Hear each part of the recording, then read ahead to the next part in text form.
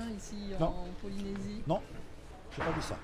Et vous les Je voyez n'ai en pas dit ça secondaire. puisque en parlant de l'emploi, je dis effectivement que les choses vont mieux. Enfin, on peut pas pleurer parce qu'on a 3,3% d'augmentation de déclaration d'emploi à la CPS. 300 emplois, Je ne peux pas 300 pleurer. emplois par an. Mais par contre, je dis qu'effectivement, nous devons continuer à déployer des efforts, à soutenir des entreprises, parce qu'aujourd'hui, c'est l'emploi privé qui prime. Nous, au niveau de l'administration des communes, c'est fini. Nous ne créons plus d'emplois. Donc il faut effectivement accompagner les entreprises, les soutenir, les inciter.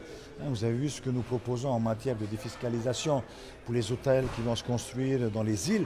Le pays, il met beaucoup de moyens, mais c'est la seule voie que nous avons aujourd'hui. Donc je dis qu'il y a encore des difficultés. Je ne l'ai pas annoncé, mais j'espère venir au budget avec quelques mesures pour ceux et celles qui sont dans la misère, parce que ça existe toujours. Ça existe toujours, il y a toujours cette misère qui traîne chez nous. Mais il faut effectivement s'en occuper, il faut y consacrer de l'argent. Mais comme vous le savez aussi, aujourd'hui nous pouvons le faire car les finances vont mieux. Quand l'économie ne va pas, vous ne pouvez pas faire de social. Aujourd'hui que ça va un peu mieux, donc on va faire un peu de social. Non. J'espère que je ne serai pas critiqué parce qu'il y a des élections qui arrivent. Enfin, on va le faire d'une façon sereine. Vous avez marqué un non-silence face à la presse et vous avez lancé un long regard. Que voulait-il dire tout cela? Non, ce que je veux dire, c'est que tout le monde qui nous observe, que ce soit au niveau du Pacifique, au niveau de Paris, je rentre de Paris, les gens observent que le pays va mieux. Les gens observent qu'il y a de la stabilité. Les gens observent le retour de la confiance. Les gens observent que les discussions se font bien. Que ce soit avec l'État, que ce soit avec nos amis du Pacifique, avec les Néo-Zélandais, avec les autres. Enfin, voilà, on a retrouvé une certaine sérénité dans la gestion des affaires de ce pays et dans la gestion du pays lui-même. Et ça fait plaisir, ça donne de l'énergie. Sur les grands travaux, sur le village tahitien, donc, il y a eu les investisseurs néo-zélandais se sont Oui. retirés. AO, ça n'avance pas trop Non. non plus. Comment faire pour relancer Comme tout je ça? l'ai dit, vraisemblablement nos enfants nous reprocheront un jour d'avoir été trop durs, trop sévères. Mais je ne cède rien sur Hao. L'environnement pour moi c'est sacré. Donc ils respecteront toutes les règles qu'on leur imposera. Je ne veux pas prendre de risques sur le village tahitien. C'est plusieurs milliards. C'est plusieurs milliards. Je ne veux pas commencer des travaux et qu'ils nous laissent en plan dans 2 ans.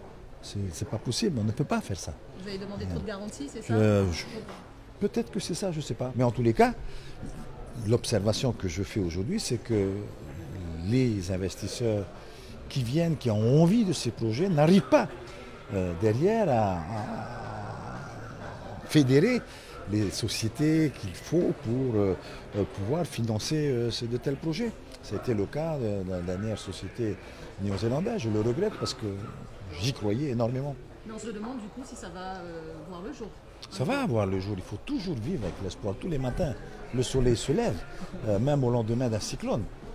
Même au lendemain d'un cyclone. Donc, oui, vous allez voir, moi j'ai espoir que les choses aillent jusqu'au bout. Et je pense que les sociétés du pays vont commencer à s'y intéresser sérieusement.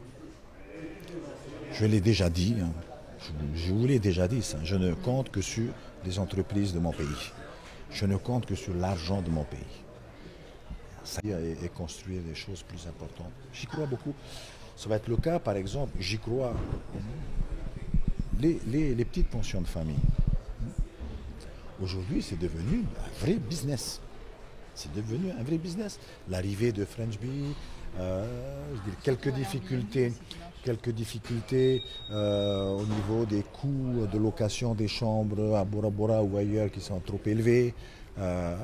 on a ouvert une porte intéressante, Airbnb, petite hôtellerie, et ça, moi, j'en suis content. Parce qu'en fin de compte, les effets induits et attendus financiers vont directement dans les familles polynésiennes. Que ce soit au niveau de l'hébergement, que ce soit au niveau de la restauration, que ce soit au niveau de l'occupation de ces touristes à les plonger. Tout redescend au niveau de la population. Donc c'est quand même très intéressant.